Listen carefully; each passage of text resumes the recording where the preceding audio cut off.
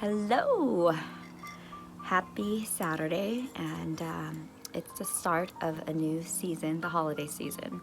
And this holiday season, I want you to really enjoy it and hope that you are present to everything and transform a lot of things and move your life forward and create a life that's more authentic for you.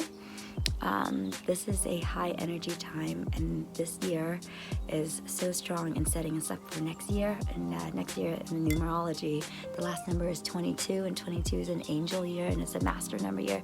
So I want you to have the most amazing relationships. I want you to have just the most amazing experiences too.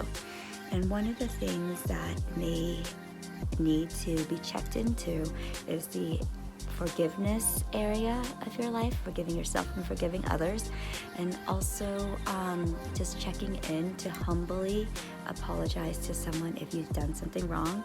And where none of us is perfect, and during this time the words "I'm sorry" may be the strongest and most positive thing that you can do and say. It's hard for some people to say these two words, but you just need to say these two words: I'm sorry, especially if you have a strong wood element. In Chinese medicine, there's 5 elements, and the wood element has 2 parts to it, yin and yang, but both yin and yang have a hard time with that word because they do not want to look stupid. They hate being wrong. There's a shame around it, there's an anger around it, and they sometimes think they apologize, but they never said the word I'm sorry. And for an earth element, they just need you to say that word and everything's clear, no explanation or whatever. And so there's a little bit of ego check that has to go in with that. And then there is another part where it's like sorry, not sorry. That's an energy that you really want to check in with so that you can be humble and apologize and really move the relationship into a deeper and more connecting relationship. And I had to recently learn this part. So I'm going to be very upfront and honest with you that I fumbled with this with Chris, Bella's dad. And so I really offended him, and I put him into a huge stonewalling mode, and it was a really tough week with that for us. And there were some mean and nasty things that were said on both sides. And then it took a friend to really explain to me that even though I said I'm sorry, I wasn't sorry. I was sorry for making him feel sorry, or making him feel bad. I was sorry for making him feel the way that he felt, but truly inside, I was not sorry for what I did. And then when I understood that, I was able to apologize to him in a different way and ask that he accept it and that I humbly apologize. And so that might be something that you want to check in with. So don't go and validate yourself by telling the story to another person to just be right, but really look at a situation and see how you can make it better. And although it may feel horrible, it may be what is needed to clear for the situation to move forward, to get unstuck, and to really clear a trauma or things that you have been sweeping under the rug. Okay, so I hope that this helps you transform your relationships. Now, if it is so bad where you can't communicate, please don't react. Choose to respond, call red lights on it, ask for more time to process it. And then when you're alone, do the Hooponopono. I love the Hooponopono. The Hooponopono is the Hawaiian ritual where it has to do with forgiveness, and there's just 4 sayings to it. It's so easy that a lot of people just miss it, but something's magical with it and it just shifts it.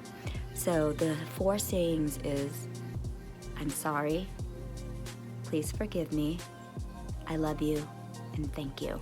You don't have to say it in that order, but just say them.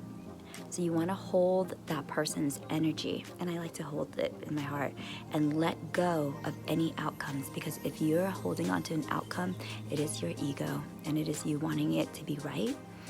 And even though you don't feel like you're at fault, there's always three sides to every story: his, hers, and the truth. There's part of it that is, your fault too. But if you would just surrender and let it go, and let it go to the universe to take care of it, I promise you the answers will show up for you. The more you can do the Hooponopono for the person, the better. And if you really need to transform it, do it for 12 minutes. 12 minutes is the magical number. And you don't have to say it continuously or fast. You can pause in between. You can repeat them. So I'm going to do it with you if you want to right now. So I want you to think about a person that you had a conflict with recently, or think about, this is maybe even yourself. We need to forgive ourselves too, okay?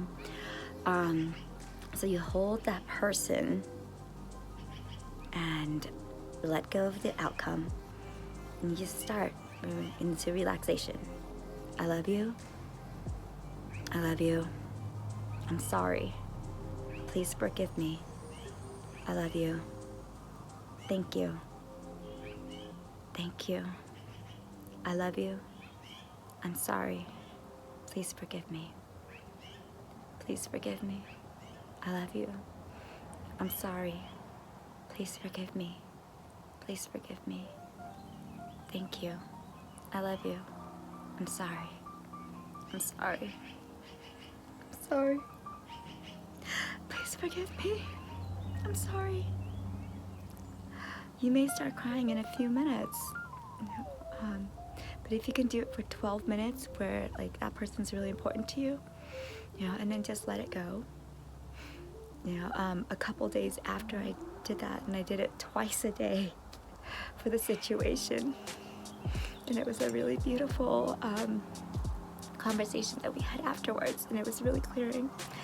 And we're still working on some of those things, but it's better communication and a little bit more compassionate. So I hope that this helps you with your relationships and transforming them.